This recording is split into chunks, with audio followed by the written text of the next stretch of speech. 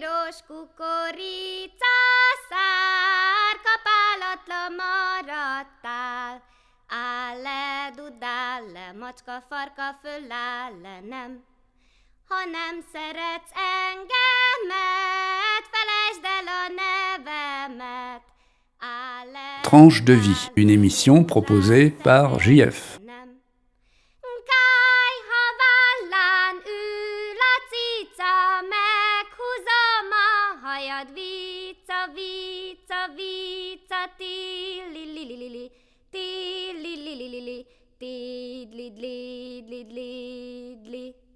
Aki dudás akar lenni, a bakonyba gyűjjön lakni, lakni, lakni, ti-li-li-li-li-li, ti-li-li-li-li-li, ti-li-li.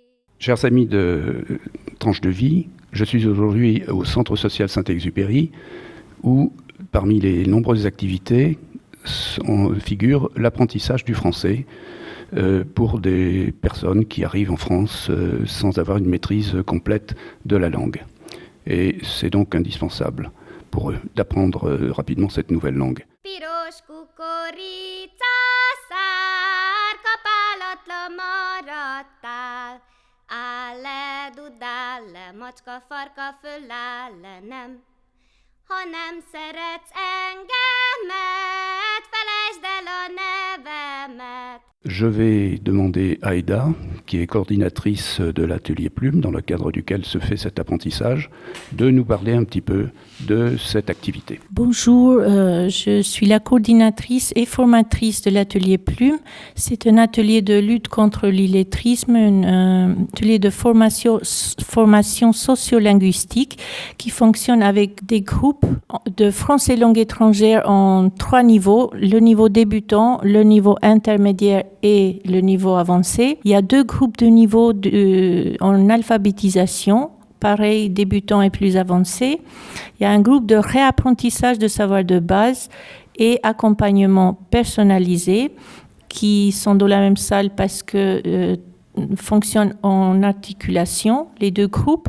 Et il y a les mercredis un groupe de sensibilisation au vocabulaire du code de la route pour les personnes qui souhaitent mieux connaître le vocabulaire technique. Depuis quand fonctionne cet atelier ? Bon, cet atelier fonctionne depuis plus de 18 ans à peu près. C'est un atelier qui a connu un développement très très prononcé. On a commencé avec moins de personnes, moins d'apprenants et moins d'intervenants. Et en année 2014, on a compté 243 apprenants qui ont intégré l'atelier en entrée-sortie permanente. Et aujourd'hui, on peut compter plus de 86 apprenants par jour. Et nous sommes 11 intervenants, salariés et bénévoles. Combien de nationalités avez-vous vu défiler dans cette longue activité que vous avez consacrée à l'apprentissage du français ? Alors en 2014, j'ai pu compter 53 différentes nationalités et qu'aujourd'hui dans ma salle, j'ai pu avoir 17 différentes nationalités. Alors nous allons aller maintenant à la rencontre des élèves, de quelques élèves auxquels vous avez demandé de participer à cette émission ce matin. J'ai en face de moi Souad, à côté d'elle Latoufa, Toufik et Natalia. Et je vais leur demander de se présenter, je vais leur demander de répondre à quelques questions. Et je m'adresse d'abord à Toufik, parce que Toufik, lui, est un débutant. Toufik, comment t'appelles-tu et d'où viens-tu ? Je m'appelle Toufik, je suis somal. Tu viens de Somalie ? Oui, je viens de Somalie, oui. Quel âge as-tu ? 18 ans, j'ai 18. Et tu es en France depuis quand ? Combien de temps as-tu passé en France ? Oui, ça fait 9 mois.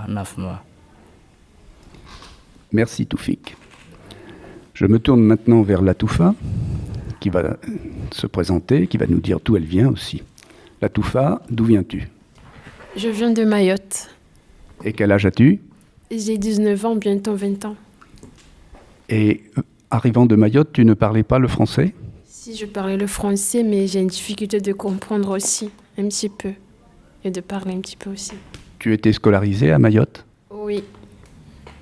Oui, j'ai été scolarisée. Maintenant, je vais me tourner vers Souad. Souad, quelle est ton origine? Je m'appelle Souad et d'origine marocaine. Du Maroc. Et de quelle partie du Maroc viens-tu? Le sud Maroc. Du sud du Maroc. Alors, tu apprends le français depuis combien de temps? J'ai entré la France le juin. Je suis 3 ans à la France. J'ai pas parlé français, même j'ai entré à la France. Après, je parle français. Je parle français un peu mal. Tu veux dire que quand tu es arrivé, tu ne parlais pas du tout le français? Non, j'ai pas parlé français. Très bien. Maintenant, je vais me tourner vers Natalia. Natalia, bonjour. Bonjour. Alors, quel est ton pays d'origine? Je viens d'Ukraine. Et tu es arrivée en France depuis combien de temps? Je suis arrivée en France depuis le mois de décembre de 2014. Et tu es originaire de quelle partie de l'Ukraine? Comment ça s'appelle Ouest? Ouest, oui, je ne sais pas. Tu veux dire près de Kiev? Non, j'habitais à Donetsk. Ah, alors à l'est alors. À l'est, oui. Très bien. Bon, maintenant, je vais vous poser des questions plus précises sur votre apprentissage du français. Cette fois-ci, je vais recommencer par Natalia. Natalia, qu'est-ce qui t'a paru le plus difficile dans le français? Est-ce que quand tu es arrivée en France, tu n'avais jamais fait de français? Non, je faisais français parce que je faisais mes études à l'Institut des langues étrangères en Ukraine. J'ai obtenu mon diplôme. Donc après, j'ai continué mes études à Toulouse ici en 2002. Je faisais 3 mois des cours à l'Alliance française. Donc maintenant, je ne me souviens pas, excusez-moi, parce que c'était beaucoup de temps que je passais.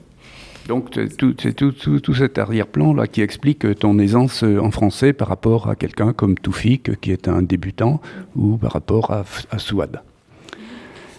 Alors, la Toufa, qu'est-ce qui te paraît le plus difficile en français?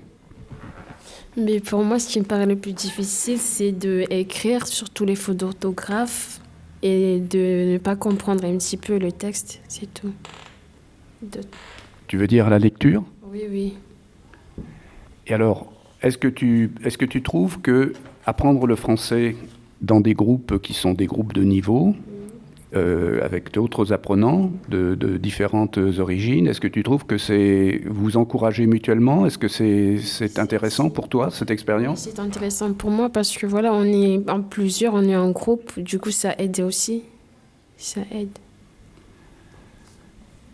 Souad, qu'est-ce que tu trouves difficile dans le français? Moi, je n'ai pas trouvé rien de difficile. Parce que j'ai pas été à l'école. Oui. Après, j'ai entré à la France. J'ai entré au centre social. Et comme ça, j'ai pris le français. Et surtout, parler. Je n'ai pas parlé bien. Alors, justement, c'est ça que je te demande. Est-ce que par exemple, la prononciation, tu comprends la prononciation? Prononcer. Quand tu parles l'arabe, si tu dis une phrase en arabe, on n'entend pas la même chose qu'une phrase en français. Non. Est-ce que la prononciation, ça t'a paru difficile? Oui. Oui. Oui. C'est difficile parce que j'ai pas passé à l'école, c'est comme ça. Même ça va maintenant. Parce que la première fois que j'ai entré à la France, j'ai pas parlé rien. Et mon mari, c'est français. Il parlerait français, pas arabe. Mais alors, ton mari te parle français? Oui. Et alors, toi, tu es arrivé en France depuis combien de temps, alors? 2012. 2012. Et alors, avec ton mari, tu fais des progrès en français? Oui. Tu as des enfants? Oui, il y a une petite fille et la deuxième. La deuxième en route. Souad accompagne son propos d'un geste éloquent. Alors, ta petite fille, tu vas lui parler français? Ou son papa lui parle français? Je parle un peu français, un peu arabe. Parce que moi, d'origine berbère, c'est pas arabe. D'accord. Maroc, c'est berbère. D'accord. Alors, tu sais que si tu lui parles uniquement berbère, et si ton mari lui parle uniquement français, elle va devenir parfaitement bilingue, hein, en quelques années, ta fille. Si, c'est comme ça que ça se passe.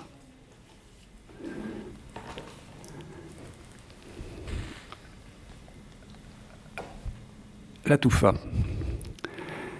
Est-ce que quand tu apprends le français, quand on te fait apprendre le français, est-ce qu'on te fait écrire des textes? Oui. Oui, on me fait écrire des textes. Des textes libres? Et tu aimes ça? Oui, et j'aime bien aussi écrire. Et de quoi parles-tu dans tes textes? Tu parles de Mayotte, tu parles des Comores, tu parles de la mer, tu parles de l'ilang-ilang. J'ai jamais parlé de langue, non. Ah ben là, je te donne une bonne idée, là, tu vois. Si tu fais un texte sur l'ilang-ilang, là, ça va intéresser les gens. Ah oui. Est-ce que, encore une question sur l'atelier Plume, est-ce qu'à l'atelier Plume, vous apprenez des chansons? Natalia?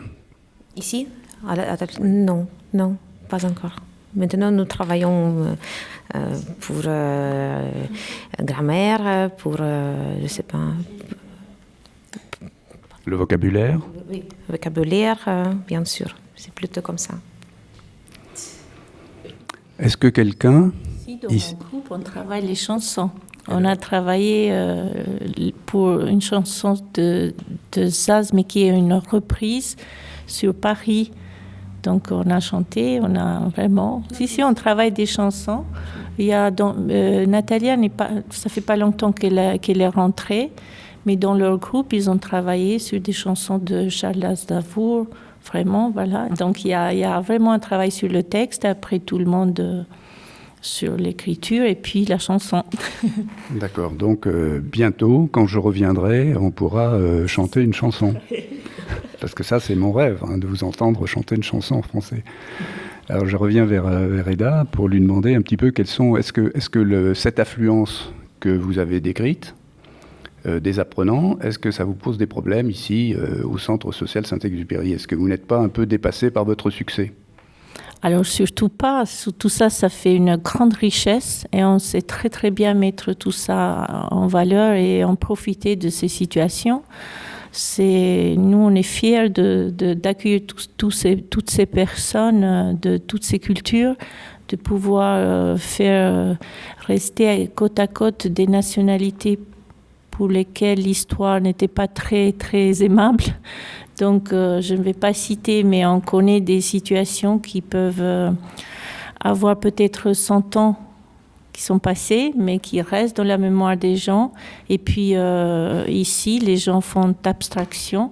Ici, on fait un grand travail sur la convivialité, sur l'accueil. Et puis, c'est notre première mission, je dirais. Donc, on utilise beaucoup, on s'appuie sur ces expériences, sur ces cultures, sur les traditions pour pouvoir vraiment emmener les personnes à intégrer après les codes de la société française et le partage. Bon, ça c'est effectivement une dimension qui est essentielle et tout se passe bien. En général, à l'intérieur de vos groupes. Parfaitement bien. Je crois que c'est la plus grande réussite. C'est l'ambiance, ces relations optimales et privilégiées qu'on a, nous, avec nos stagiaires, nos apprenants, et eux entre eux.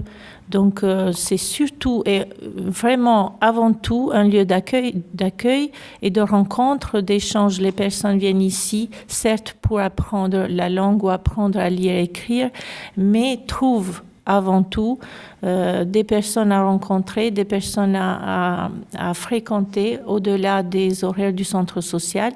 Et en commençant par là, c'est qu'ils ouvrent les portes pour intégrer après la société française.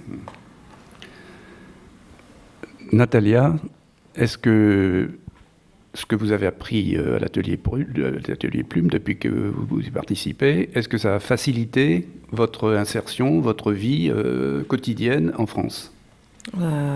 Oui, bien sûr, comme a dit Eda, c'est pas longtemps que je suis ici. Donc, mais je trouve beaucoup de choses que je ne sais pas, que je ne connais pas. Donc, je trouve beaucoup de nouveaux ici, et surtout à l'histoire, oui, tout ça. Donc, toutes ces choses, à la culture française. Donc, il y a beaucoup de choses que je ne connais pas, que je ne sais pas. Oui, l'apprentissage de la culture, ça facilite votre vie quotidienne. C'est ce que vous voulez dire ? Ça aussi, bien sûr, parce qu'on ouvre beaucoup de choses qui présentent dans cette culture, qui facilitent les relations entre les gens, comme ça. Toufik, est-ce que vous savez assez de français pour aller acheter le journal ? Oui, c'est pour lire en français, c'est difficile pour moi. C'est maintenant, c'est comme ci, comme ça. Toufik, listen to me. Are you able to buy a newspaper in French? Able? Can you buy a newspaper in French? No, and Not yet. I don't understand. Okay. Sorry. Latoufa, est-ce que le travail que vous faites à l'atelier Plume aussi, je vous pose la même question qu'à Natalia, est-ce que ça a facilité votre vie en France depuis que vous êtes là ? Oui, ça a facilité ma vie, oui. Et comment ? Mais déjà, moi, j'ai quitté l'école en 5e, j'avais un niveau très bas. Et après, je suis venue au centre social, j'apprends. Maintenant, je sais lire, je comprends. Bref, il y a certains trucs que je ne comprends pas, mais c'est mieux qu'avant. Oui. Ça vous permet, vous lisez le journal ?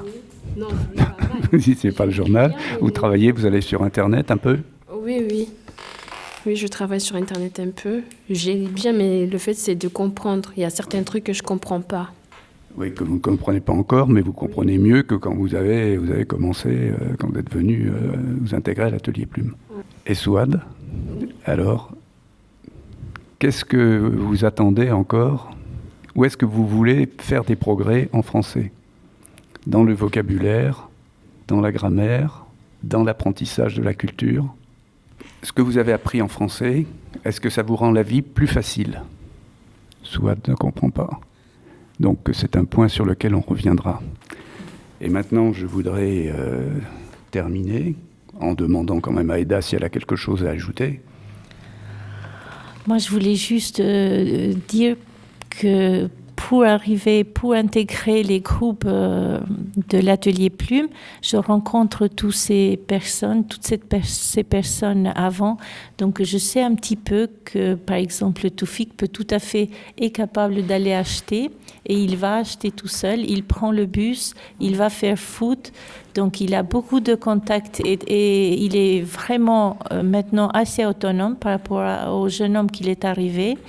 Et que Souad aussi, pareil, a fait beaucoup de progrès en français, qu'elle participe à d'autres ateliers du centre social comme la cuisine, des balades. Elle amène sa petite dans un atelier qu'on a pour les parents et les enfants du pôle famille, du centre social.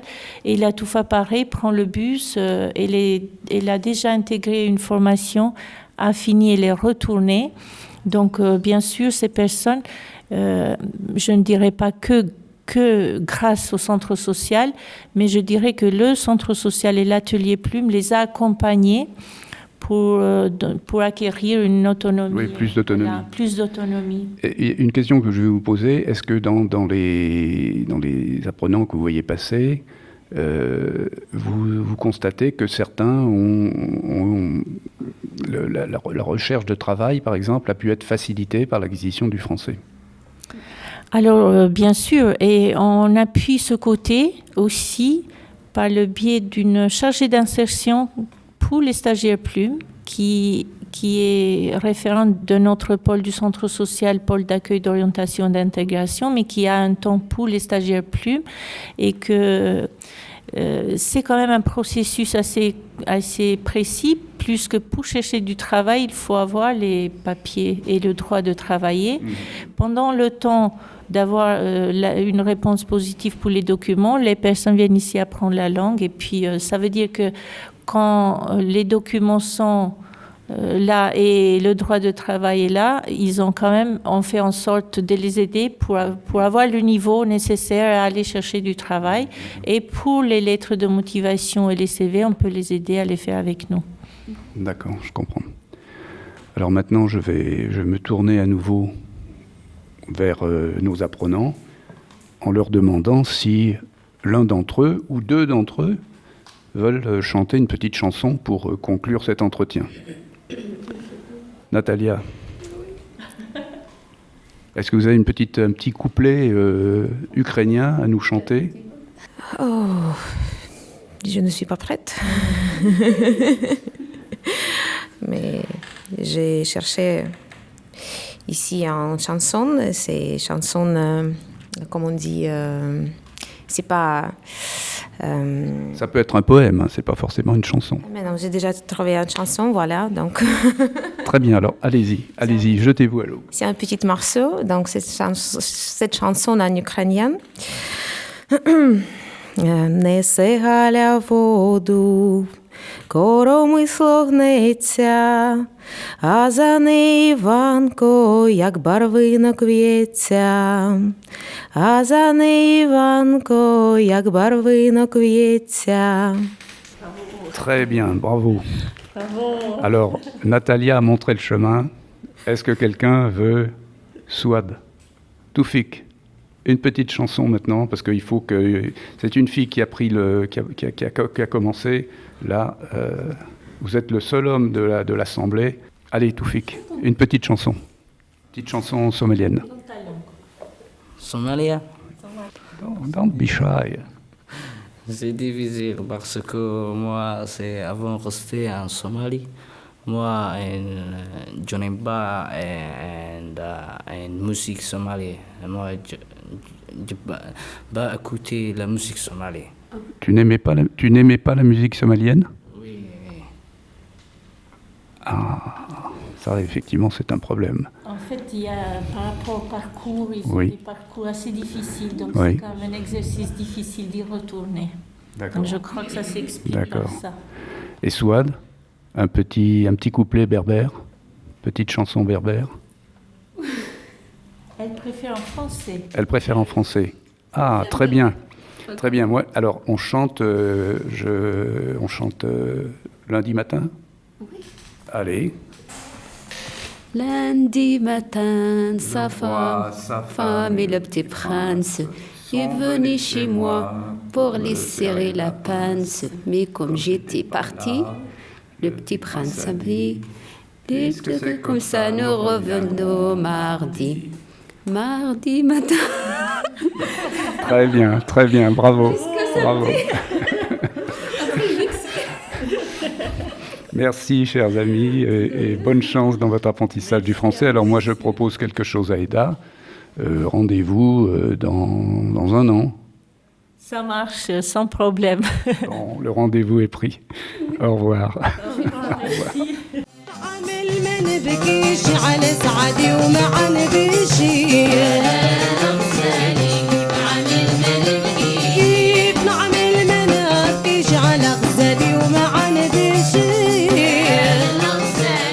C'était Tranche de vie, une émission proposée par Jean-François.